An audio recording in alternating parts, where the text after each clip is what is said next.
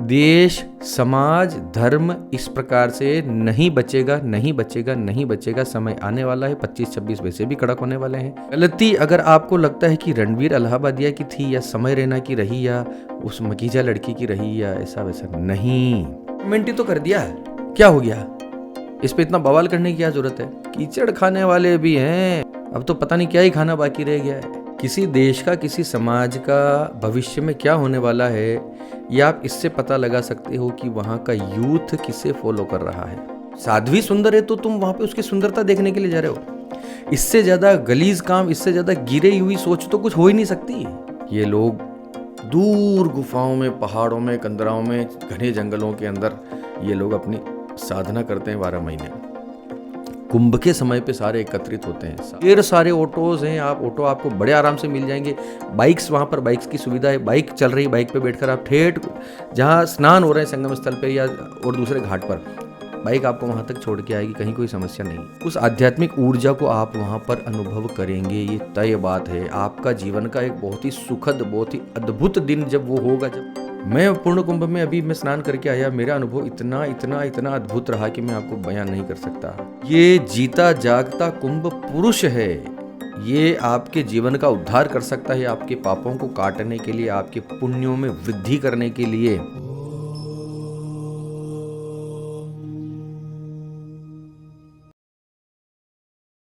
अमोघ शक्ति देखने वाले सभी दर्शकों को पंडित अखिलेश उद्ध जी का प्रणाम। नमन मित्रों, कुंभ, महाकुंभ की वेला चल रही है।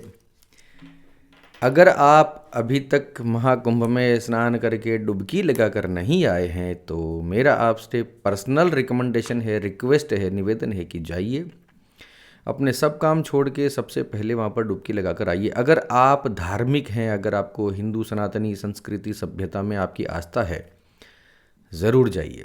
बहुत सारी बातें करेंगे इस वीडियो के अंदर। कुंभ क्यों मनाया जाता है यहाँ से स्टार्ट करेंगे और इसे ख़त्म करेंगे रणवीर अलाहाबादिया के, अभी समय रैना के जो प्रसंग हुआ उसके ऊपर, वहाँ से बातचीत को हम ख़त्म करेंगे और भी थोड़ी बहुत बातचीत हम आगे बढ़ाएंगे। चलिए, महाकुंभ क्या है? सबसे पहले तो कुंभ को समझिए। कुंभ एक हमारे शास्त्रों में जो है, कुंभ एक पौराणिक घटना है, लेकिन इसे ज्योतिषीय आधार दिया गया है, समझना। विष्णु पुराण के अनुसार ये कहानी सबको पता है। समुद्र मंथन के समय जब अमृत कलश निकला तो देवता और असुरों में उसमें जो है उस अमृत कलश को प्राप्त करने के लिए युद्ध हुआ। उस युद्ध में चीना झपटी में बृहस्पति ने वो कलश छुपाया, वहीं सूर्य, चंद्रमा और शनिदेव ने उसकी रक्षा की, उसको बचा कर रखा, उसके लिए युद्ध किया। चलिए, ये सारी बातें हैं। इसकी ज्योतिषीय आधार जो है ना, वो ज़्यादा इंपॉर्टेंट है, वो ज़्यादा वैज्ञानिक है। कैसे? राशियों का महत्व है। बृहस्पति यानी गुरु को एक राशि पर ट्रेवल करने में 1 साल का समय लगता है, ठीक है। यानी आज मेष राशि पर है तो वापस, चूंकि 12 राशियां हैं तो वापस मेष राशि पर आने में गुरु को 12 साल लगेंगे, यानी हर 12 वर्ष में वो मेष राशि पर होगा। गुरु ग्रह का ये है, ठीक है। सूर्य हर महीने अपनी राशि चेंज करते हैं, चंद्रमा हर 2.25 दिन में अपनी राशि चेंज करते हैं, शनि को 2.5 साल लगते हैं। बहुत सीधा सीधा संबंध इसका बृहस्पति से है, गुरु से है, ठीक है। उसके बाद सूर्य से। तो 4 स्थानों पर जो अमृत की बूंदें गिरी वो है प्रयागराज, हरिद्वार, नासिक और उज्जैन, ठीक है।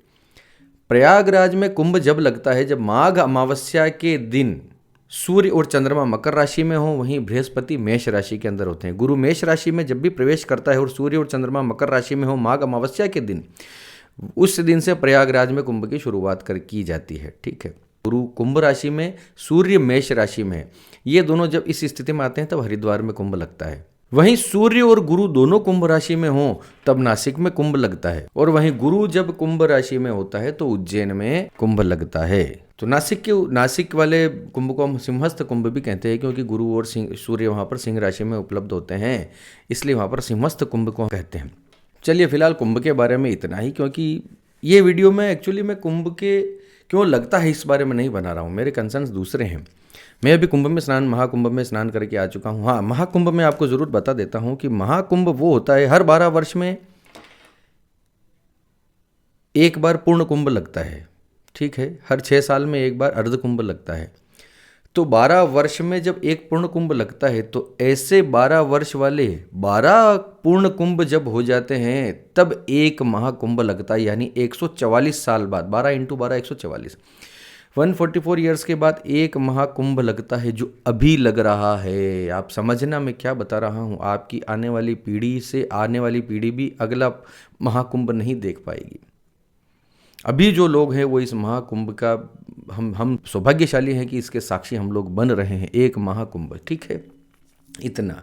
अब चलिए, अब आ जाते हैं मुद्दे की बात पे। जो सोच के मैंने ये वीडियो में बना रहा हूँ, बहुत विचित्र विचित्र बाबा, साधु, बहुत विचित्र विचित्र घटनाएं, बहुत कुछ, एक दुखद घटना भी हुई, उस पर भी थोड़ी सी चर्चा रहेगी। कुंभ के अंदर जो है ना, उसकी कवरेज जो है, आप देख रहे होंगे लगातार कि सड़कों पे जाम लगे हुए हैं। कोई विचित्र विचित्र बाबाओं का जो है वो उनको कवर किया जा रहा है। बड़ी बड़ी आंखों वाली एक लड़की है माला बेचने वाली, उसको भी जो है कवर किया गया। एक आईआईटी वाले बाबा बड़े फेमस हुए, वो एक बाबा जो हाथ उठाए रखते हैं, उनके बड़े मीम बने। देखिए, मेरा जो कंसर्न है ना, वो सिर्फ इतना है कि हम लोगों को अब है ना एक लत सी लग चुकी है इस सोशल मीडिया की। हम लोग हर चीज़ को, हर बात को, अपने जीवन की प्रासंगिकता को जो है वो सोशल मीडिया से तोलते हैं। ये सारी बातें, मैं वापस अपने टॉपिक पे आ जाऊंगा। मैं अभी कहाँ से बात शुरू कर रहा हूँ, आप थोड़ा सा टिके रहिए, बने रहिए बस। हमारा जैसा टेस्ट है हम आम जनता का, उस प्रकार से जो है हमें चीज़ें परोसी जा रही हैं। पहला ये। दूसरा ये है कि हमें ऐसा ही कुछ दिखाया जा रहा है डिलिबरेटली कि हम उस वीडियो के अनुसार, हम उस टॉपिक के अनुसार, हम अपने दिमाग का माइंडसेट जो, हम अपने दिमाग को चेंज कर लें। ये सब मैं होच पोच क्या बातें कर रहा हूँ, अब समझना बात को। कुंभ कितना आध्यात्मिक विषय है आपको पता है? ये जीता जागता कुंभ पुरुष है।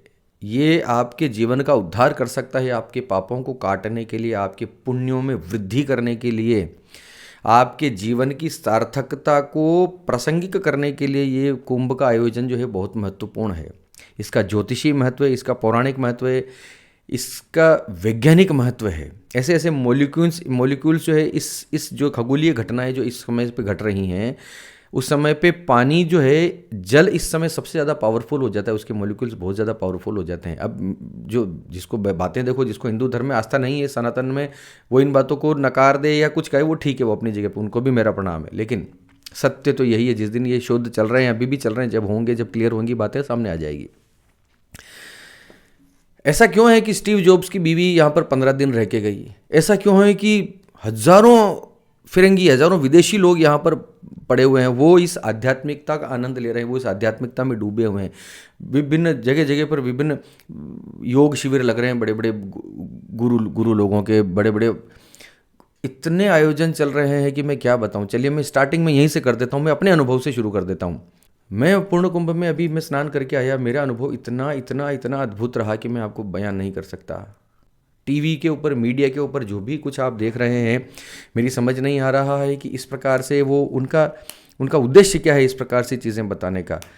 सड़कों पर जो भीड़ जमा है, उसका कारण जो मेरी समझ में है, सड़कों पर अभी जाम क्यों लग रहे हैं, उसका एक कारण ये है कि सबसे पहले तो संख्या बहुत ज़्यादा जा रही है, वो ठीक है, हम मानते हैं, ठीक है। लेकिन मैं यहाँ पर उत्तर प्रदेश प्रशासन को लाखों धन्यवाद देना चाहूँगा कि इतना कमाल का उन्होंने, लोग वहाँ पर पुलिस वाले दिन और रात लग रहे हैं। जो कुंभ में स्नान करके आए हैं, उन्होंने अपना अनुभव शेयर करें प्लीज़। पुलिस विभाग का इतना अद्भुत काम है कि मैं बयान नहीं कर सकता। धन्यवाद है भैया। अभी एक दुखद घटना हुई थी बीच में, मौनी अमावस्या के दिन काफ़ी सारे लोगों ने अपने प्राण गंवाए थे। उनको भी मेरी तरफ से श्रद्धांजलि, सादर नमन है ऐसी आत्माओं को। तो वो जो भगदड़ हुई थी, या जैसा माहौल जब वहाँ बना था, तो उसको टैकल करने के लिए इतना दिमाग से, इतना टेक्निकली, इतना मतलब प्रिसाइजली उस सारे मैनेजमेंट को रखा गया है कि सारी भीड़ प्रयागराज की सड़कों पर जमा कर रखी है। आप समझ रहे हो मेरी बात? ताकि कुंभ के क्षेत्र में जो है इतनी भीड़ नहीं है, आप आराम से जा सकते हैं। कम से कम सड़कों पे रहेंगे तो अपनी गाड़ी में भी चुपचाप बैठे रहेंगे, वहाँ पे तो कोई हो हल्ला मचेगा नहीं, गाड़ियाँ सरक रही हैं आगे से आगे। और ऐसा नहीं है कि गाड़ियाँ स्टक होकर रुक गई हैं, कहीं रुक चुका है मामला, ऐसा नहीं है। गाड़ियाँ धीरे धीरे रेंग रही हैं। जैसे पूर्ण कुंभ से लोग बाग स्नान कर करके निकलते हैं, वैसे इधर से रिलीज़ किया, उधर से रिलीज़ किया, ऐसा जो मुझे समझ में आया। मेरा दिमाग ये कहता है कि इस तरह की स्ट्रेटेजी इन लोगों ने अपनाई है। तो कहीं कुछ भी रुका हुआ नहीं है, कहीं कुछ भी स्टक होकर नहीं पड़ा है, कम से कम प्रयागराज के अंदर, ठीक है। हाँ, अयोध्या में जो है बहुत भीड़ है, विश्वनाथ में बहुत भीड़ है। तो वहाँ पे अगर आप जाने का सोच रहे हैं तो थोड़ा सा सोच लीजिएगा, एक बार वेट करना पड़ेगा, काफ़ी वेट करना पड़ेगा।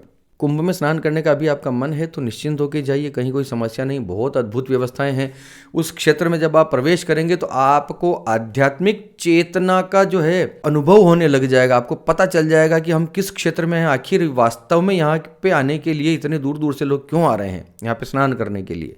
उस आध्यात्मिक ऊर्जा को आप वहाँ पर अनुभव करेंगे, ये तय बात है। आपका जीवन का एक बहुत ही सुखद, बहुत ही अद्भुत दिन जब वो होगा, जब आप उसके अंदर डुबकी लगा लेंगे माँ गंगा के अंदर। बहुत अद्भुत व्यवस्था है। मेरा तो आपसे रिक्वेस्ट है और मेरा तो आपसे बिल्कुल बिंदास बोलना है कि जाइए और स्नान करके आइए, डुबकी लगा कर आइए। हाँ, समझने वाली बात ये है कि थोड़ा सा अपने आप को है ना, थोड़ा सा व्यवस्थित रख के जाइएगा, डिसिप्लिन में रखिएगा। देखिए, पराई जगह है, जब दूसरी जगह पर जाते हैं ना तो थोड़ा सा आस्था अपनी जगह पे है, लेकिन आस्था में और बवाल में बड़ा फर्क है। एक आस्था होती है आध्यात्मिकता के प्रति, एक आस्था होती है कि जाना डुबकी लगा लो ना, चाहे कुछ भी, चाहे किसी के सर पे पाँव रख के चले जाओ।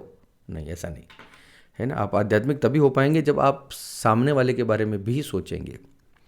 संयम बना के रखिए, शांति बना के रखिए, जाइए, तसल्ली से जाइए। घंटा, 2 घंटा, 3 घंटा हो सकता है आपको किसी चीज़ के लिए वेट करना पड़ जाए, हो सकता है आपको इंतजार करना पड़े, हो सकता है आपको चलना पड़ जाए। चलने पर भी मैं आपको बता देता हूँ, जो इतने सारे वीडियोज़ आ रहे थे, बहुत चलना पड़ रहा है, बहुत चलना पड़ रहा है। चलना उनको पड़ रहा है जो यात्रा की बसों में जा रहे हैं, जो बड़े वाहन हैं। जो उसमें जाएंगे तो आपको थोड़ा सा 3-4-5 किलोमीटर चलना पड़ेगा।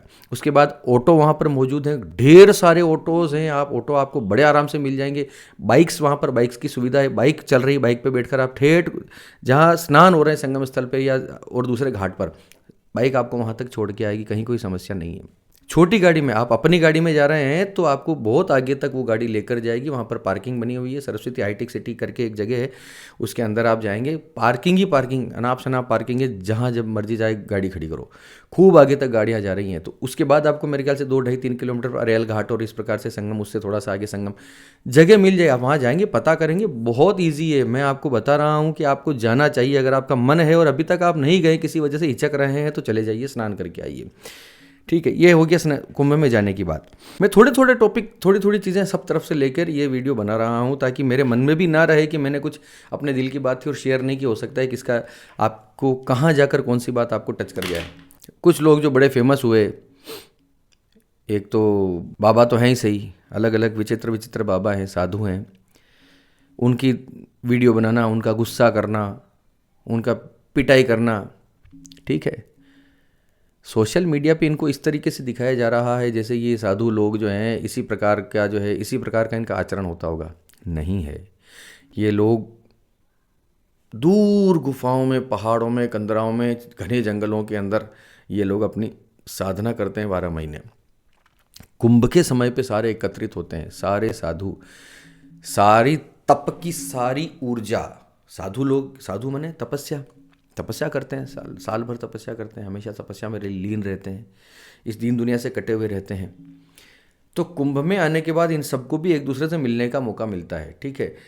इतनी तप की ऊर्जा वहाँ पर इतनी घनीभूत होती है कि आप उस क्षेत्र में एक बार पूरे क्षेत्र का आप चक्कर लगा कर निकल जाइए अपने घर पे, बाबाओं को दूर से प्रणाम करते हुए, इतने में भी आपको अंदर एक सकारात्मक ऊर्जा का प्रवाह बन जाएगा। फिर मैं ये बोल रहा था कि बाबाओं को जिस प्रकार से सोशल मीडिया न्यूज़ वाले कवरेज कर रहे हैं, इनका कवर कर रहे हैं, ये मेरे ख्याल से बहुत गलत बात है।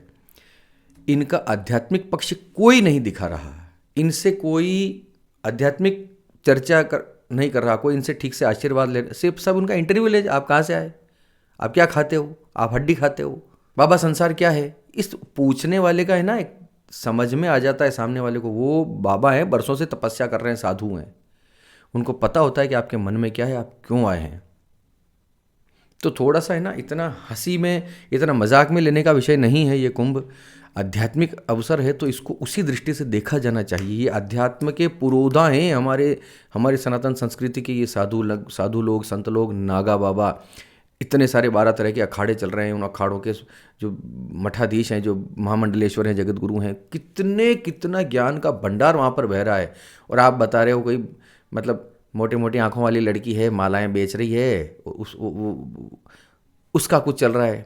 एक आईआईटी वाले बाबा हैं, अब उसके बारे में कुछ ज़्यादा जानता नहीं हूँ, हालांकि मुझे ये लगता है कि वो पूरे दिन किसी नशे में रहते हैं वो भैया, ठीक है।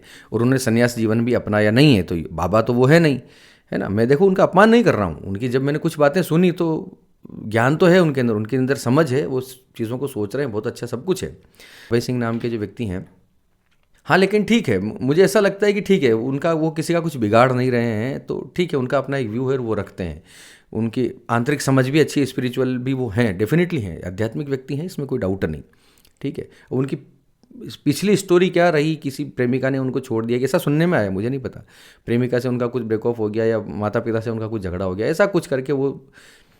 तो कंसर्न यहाँ पर सिर्फ इतना है कि वो इस सन्यास की दुनिया में क्यों आए। देखो सन्यास जो है ना, वो व्यक्ति को, सात्विक सन्यास तब होता है, असल सन्यास, जब सन्यास स्वयं खींचे, अंदर से प्रेरणा मिले। ठीक है, सब कुछ ठीक हो। सन्यास वो है जो बुद्ध ने लिया, सन्यास वो है जो महावीर स्वामी ने लिया। ये प्रेमिका ने छोड़ दिया तो चलो अब कुछ करना नहीं है, तो कोई कैसी राह अपना लेगा, कोई किसी राह अपना, इन्होंने सन्यास ले लिया। ठीक है, माता पिता से झगड़ा हो गया, कलह कलेश बहुत था तो सन्यास ले लिया। हालांकि अध्यात्म यहाँ भी है, प्रभाव यहाँ भी रहेगा, उनकी सोच पे कोई असर नहीं होगा, लेकिन इसमें समय लगेगा। ये देखो बहुत सारे लोग हो सकता है मेरी बात का बुरा मान जाए, ऑफेंड हो जाए मेरी बात से कि ये कैसी बातें कर रहे हैं, IIT वाले बाबा तो इतने स्पिरिचुअल हैं। अरे भैया अभी आए हैं, अभी अभी मैदान में आए हैं, सुनो। ठीक है, तो इतना बहुत जल्दी जो है, इतना जल्दी फैसला नहीं लेना, मेरा तो ये मानना है। मैं उनका सम्मान करता हूँ, मैं तो सबका करता हूँ भैया, है ना।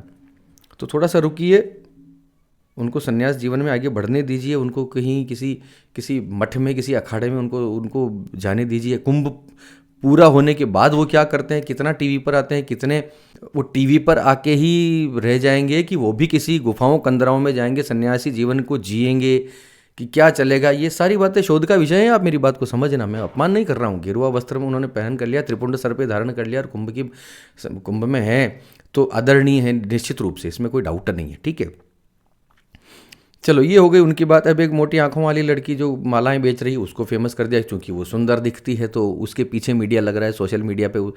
ये कुंभ ऐसा होता है क्या, ये कुंभ का ये मतलब आप दिखा रहे हो। एक महिला है रिछारिया नाम की, नाम देखो याद नहीं आ रहा मुझे, पहले ही दिन जब वो आई किसी अखाड़े के साथ, तो उसको भी ट्रोल किया गया, कई लोग उसके पीछे। यार कुंभ में भी तुम लोग सुंदर लड़कियों के पीछे देख रहे हो, कोई साध्वी सुंदर है तो तुम वहां पे उसकी सुंदरता देखने के लिए जा रहे हो। इससे ज़्यादा गलीज काम, इससे ज़्यादा गिरी हुई सोच तो कुछ हो ही नहीं सकती। मतलब वहाँ भी उस आध्यात्मिक माहौल के अंदर, आध्यात्मिक वातावरण के अंदर भी तुम्हें यही चीज़ें अट्रैक्ट कर रही हैं, तब तो भैया ऐसा है कि सनातन धर्म को जो है बहुत मुश्किलें आने वाली हैं, ये मेरा मानना है।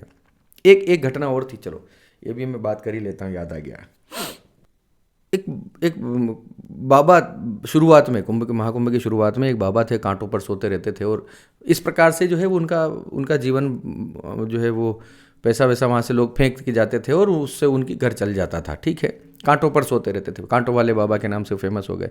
तो एक लड़की आई वहाँ पर, और उसने उनको बुरा भला काफ़ी कुछ सुनाया, और ये काफ़ी कुछ सुनाया कि तुम जो है इस प्रकार से ये सब प्रदर्शन कर रहे हो, ये है वो है, ऐसा करके हैं। वो बेचारा हाथ जोड़ रहे थे बाबा वहाँ पर।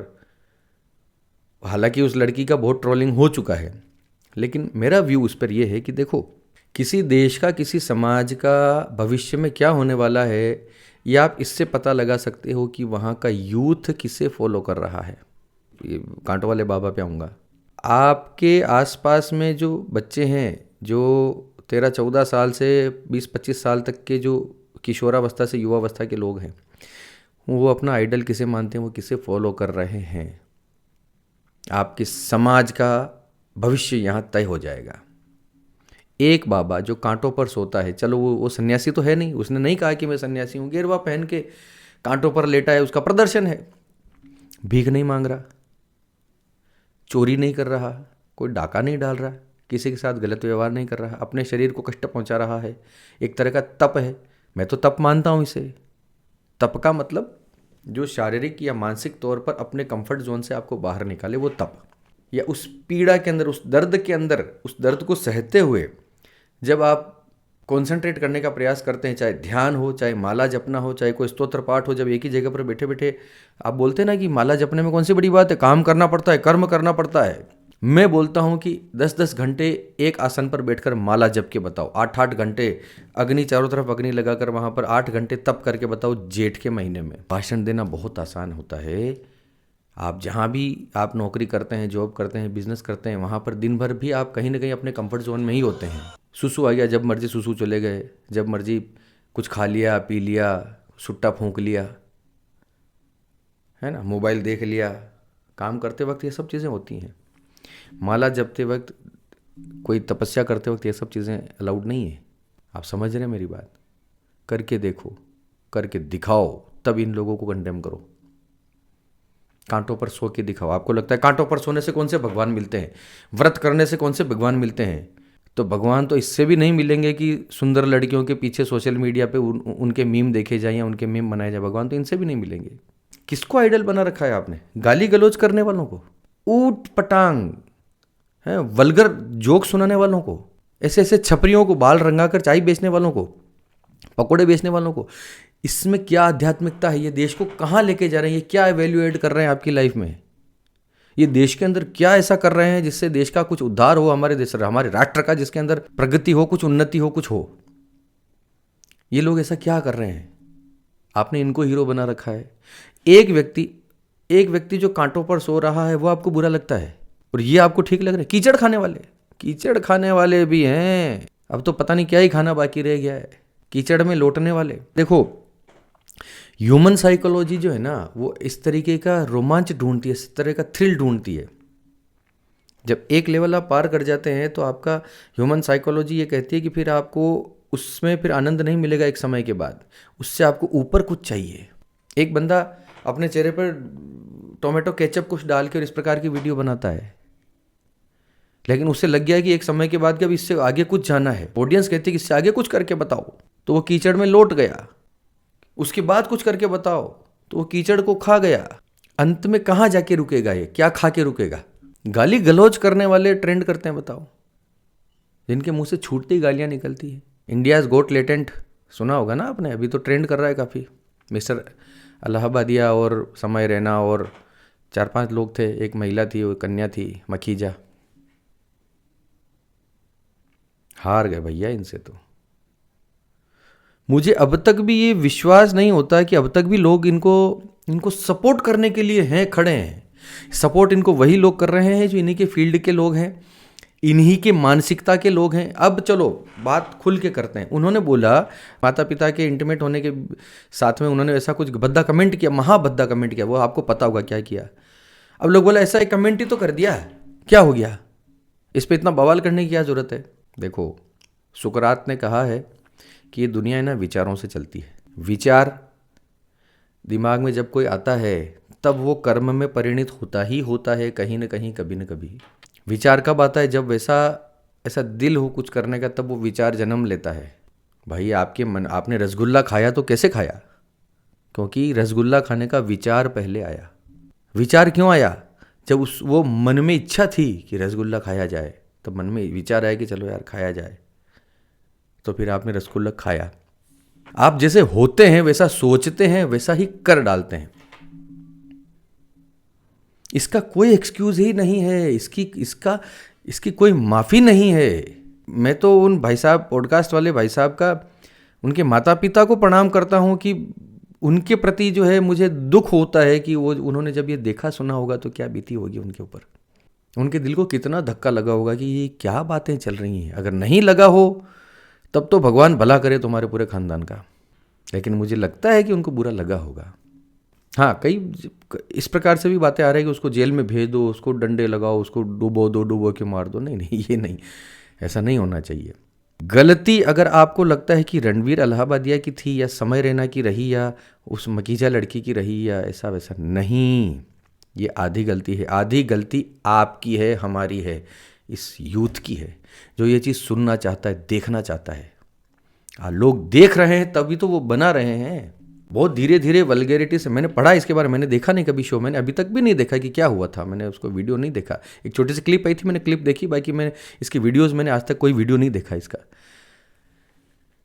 लेकिन ये जरूर मेरी रिसर्च में मुझे पता चला है कि शुरुआत में ये जो है जोक्स होते थे, वल्गर जोक्स होते थे, होते होते होते होते होते ये हर एपिसोड दर एपिसोड ये कुछ नया बम फोड़ते जाते हैं, नया पटाखा कुछ फोड़ते हैं, ये कुछ नया बड़ा करते हैं जो हिट करे, जो लोगों को चौंका दे।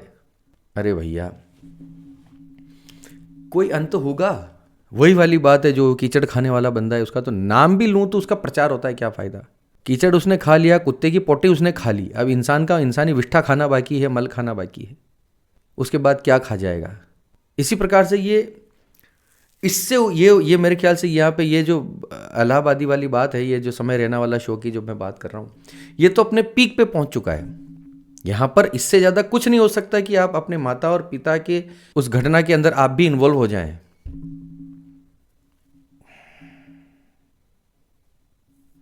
लोगों को लगता है बोला ही तो है, बोलने से क्या होता है? अरे भैया, आप तभी बोलोगे जब आपके दिमाग में वैसे विचार होंगे, वरना आपके मुंह से शब्द भी नहीं निकलेंगे। बिना सोचे कुछ निकलता है क्या? आपके मन में, आपके सबकॉन्शियस में कुछ होता है तभी तो वो बाहर मुंह से निकलेगा, वरना तो दुनिया बतेरी पड़ी है। कोई ऐसी चीज़, आप रॉकेट का वो तो कॉकपिट और ये और वो और वहाँ से उड़, आप दिन भर ये बातें तो नहीं करते क्योंकि आपके दिमाग में नहीं चलती। आप समझ रहे हो मेरी बात? जो आपके दिमाग में चलता है वही तो आपके मुंह से निकलेगा।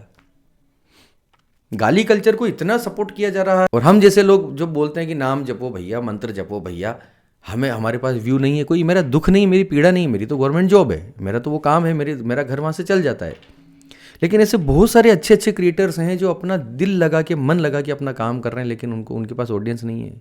ऑडियंस तो ये इन छपरियों के पीछे, लाल काले बालों के पीछे जो है, इनके पीछे भाग रही है। देश, समाज, धर्म इस प्रकार से नहीं बचेगा, नहीं बचेगा, नहीं बचेगा। समय आने वाला है, 25-26 वैसे भी कड़क होने वाले हैं। तो थोड़ा सा चेत जाइए, थोड़ा सा जाग जाइए, अपने बच्चों में ग्रंथ पढ़ने की आदत डालिए, एक माला जपने की आदत डालिए, हनुमान चालीसा पढ़ने की आदत डालिए, मोबाइल से दूर रखिए, चाहे जितनी बड़ी ज़रूरत हो मोबाइल इस दुनिया की, उसको दूर रखिए। खुद मोबाइल बनाने वाले अपने बच्चों को मोबाइल नहीं देते हैं। जिनके पास टेक्नोलॉजी फुल चल गई है, वो लोग हमें मोबाइल देखे और वो लोग डीप सीक और पता नहीं क्या क्या एआई पे काम कर रहे हैं, पता नहीं कहाँ कहाँ कोडिंग पे, और पता नहीं कौन कौन सी दुनिया की कहाँ कहाँ की वो लोग रिसर्च में लगे पड़े हैं, और हम लोग रीलें स्क्रॉल कर रहे हैं। कौन कीचड़ खा रहा है, कौन गाली बक रहा है, कौन लड़कियों पे भद्दे कमेंट कर रहा है, कौन माँ बाप पे कमेंट कर रहा है, कौन धर्म का मजाक उड़ा रहा है, कौन महाकुंभ का मजाक उड़ा रहा है, कौन देवी देवताओं को उस पर हंसी मजाक कर रहा है। इन वामपंथियों को, इन कम्युनिस्टों को, इन वोक कल्चर को इन्होंने बेड़ा गर्क कर रखा है।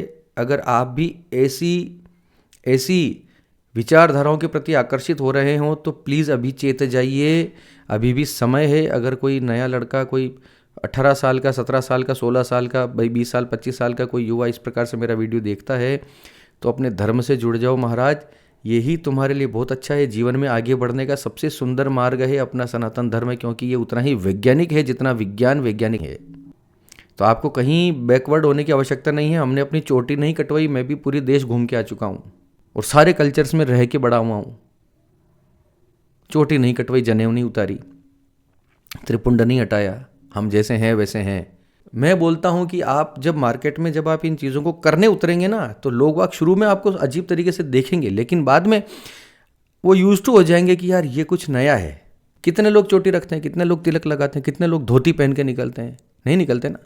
तो आप निकलिए, ये नया है। आप ये मत सोचो कि सनातन धर्म को ऐसी नज़र से देखते लोग हंसेंगे। अरे एक दिन हंसेंगे, जब आप रोज़ पहनेंगे, 10 लोग रोज़ पहन के निकलेंगे, अपने सब मान जाएंगे भैया ऐसा ही है, क्योंकि ये ह्यूमन साइकोलॉजी मान लेता है। फिर वो अट्रैक्ट भी होने लगेगा। आप प्रमोट तो करो अपने कल्चर को। आप प्रमोट करते हो छपरियों को।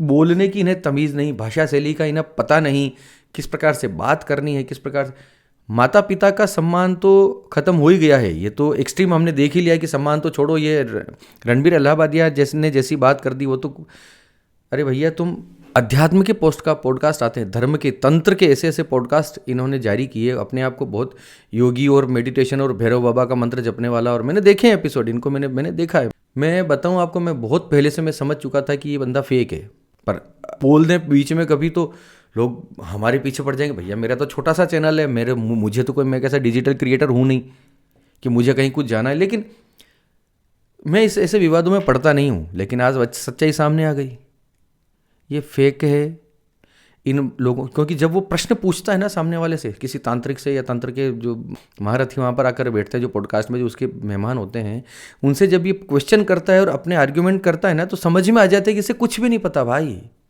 कई लोग तो जो वहाँ बैठे होते हैं उन्हें कुछ नहीं पता होता। माता पिता का सम्मान लोग, बच्चे भूल रहे हैं। आपके बच्चे अगर आपका कहना नहीं मान रहे हैं, आपका बच्चा अगर 10-11 साल से लेके 17-18 साल तक, 20 साल तक का आपका बच्चा या बच्ची है और वो आपकी बात नहीं सुनता है, मोबाइल देखता है, तो आपको उस पर सचेत हो जाना चाहिए। और अगर आपके बच्चे 10-11 साल से छोटे के हैं तो मंदिर ले जाइए, उनको हनुमान चालीसा का पाठ का अभ्यास करवाइए। घर में एक रामचरितमानस रखिए, उसको बोलिए अपने बच्चे को कि एक पेज बेटा रोज़ पढ़ना है। कुछ मत करवाइए, कोई लंबा जब तक पूजा पाठ नहीं करना। उसके अंदर वो बीज डाल दीजिए बस। शुरू के 3-4 साल, 5 साल, 16-17 साल की उम्र तक, अगर 5-6 साल अगर ये नियम उसने अपना लिया, आपके बच्चे से आप सुखी हो जाएंगे। मेरा वादा है आपसे, दावा है मेरा। कई ऐसे ऐसे महान लोग भी हैं जो कोई साधु वेश में कोई दिख गया तो उसको हनुमान चालीसा पूछेंगे, बताओ भैया हनुमान चालीसा बताओ। अब उसको हनुमान चालीसा आती नहीं, तो इसका मतलब क्या वो हिंदू नहीं रहा? हो सकता है, देखो मैं ये नहीं बोलता हूँ कि बहुत सारे क्रिमिनल्स भी घूमते हैं, बहुत सारे विधर्मी भी घूमते हैं, ये भी मैं मानता हूँ, ये भी सच है। लेकिन डायरेक्ट इस प्रकार से एनकाउंटर मत करो, आपको थोड़ा सा पूछो, बात करो तरीके से। क्या पता कोई सच्चा साधु हो। मैंने मान लिया कि 10 लोग गलत हैं, उनमें से 2 लोग सही होंगे, 2 भी पिट जाएंगे। ऐसा क्यों करते हो?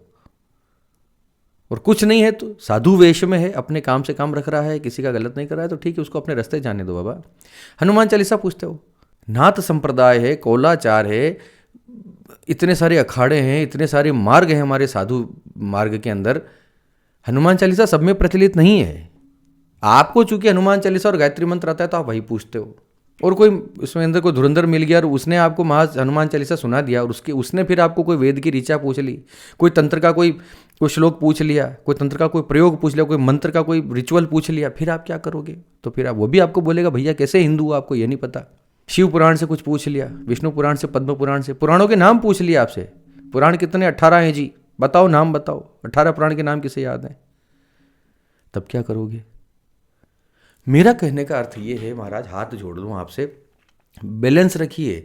अपना धर्म परम आध्यात्मिक और परम वैज्ञानिक धर्म है, इसको उसी दृष्टि से देखने का प्रयास कीजिए। जहाँ पे आपको धर्म के बारे में थोड़ा सा डिकोड करने की चीज़ें मिले, आप वहाँ पर जाइए। ये छपरियों के चक्कर में मत पड़िए। इनको कुछ नहीं पता, पॉडकास्ट वालों को इनको कुछ नहीं पता। पॉडकास्ट पे भी एक वीडियो पूरा अलग से बना दूं, क्योंकि मेरा विषय नहीं, मेरा चैनल, मेरी नीश नहीं है, इसलिए मैं इन सब पे बात नहीं करता। अच्छा भी नहीं लगता ये सब करना मुझे। मैं बहुत ये रोस्टिंग वोस्टिंग मेरे बस का है भी नहीं। लेकिन पॉडकास्ट में जिस प्रकार से बवाल मचा पड़ा है ना, जिसके जो दिल में आ रहा है वो बक रहा है, जिसके जो मन में आ रहा है वो बक रहा है। ज्योतिष के नाम पे, मंत्र के नाम पे, तंत्र के नाम पे अनाप शनाप चीज़ें चल रही हैं। कोई एक किताब में चार बात पढ़ लेगा तो पॉडकास्ट में आके बोल ही देगा ना, उसमें क्या हो गया? आपको ये चेक करना चाहिए, आपको ये क्रॉस चेक करना चाहिए कि उसकी खुद की तपस्या कितनी है। नहीं है तो उससे उसको जाके मिल लो। सिर्फ हम अपनी थ्रिल ढूंढ रहे हैं, अपनी किक ढूंढ रहे हैं अपने अंदर की, ऐसी ऐसी चीज़ों को देख के करो। मैं पता है वहाँ गया, चलो भूत की स्टोरी सुन, भूत के पॉडकास्ट चल रहे हैं। अरे किस माइके लाल ने देखे हैं भूत, और किसने ऐसे ऐसे एनकाउंटर किए हैं जो ये तुम यहाँ पर बकते हो यार? इसका मतलब ये कि तुम सनातन धर्म से हो ही नहीं एक्चुअली। हिंदू धर्म की तुमने पालन किया ही नहीं। हिंदू धर्म करने वाले को, मंत्र जपने वाले को, भगवान का नाम लेने वाले को, प्रॉपर नित्य नियम अपना पालन करने वाले को कोई भूत हो न प्रेत हो कोई टच करके दिखाए। इतने कमजोर थोड़ी हैं।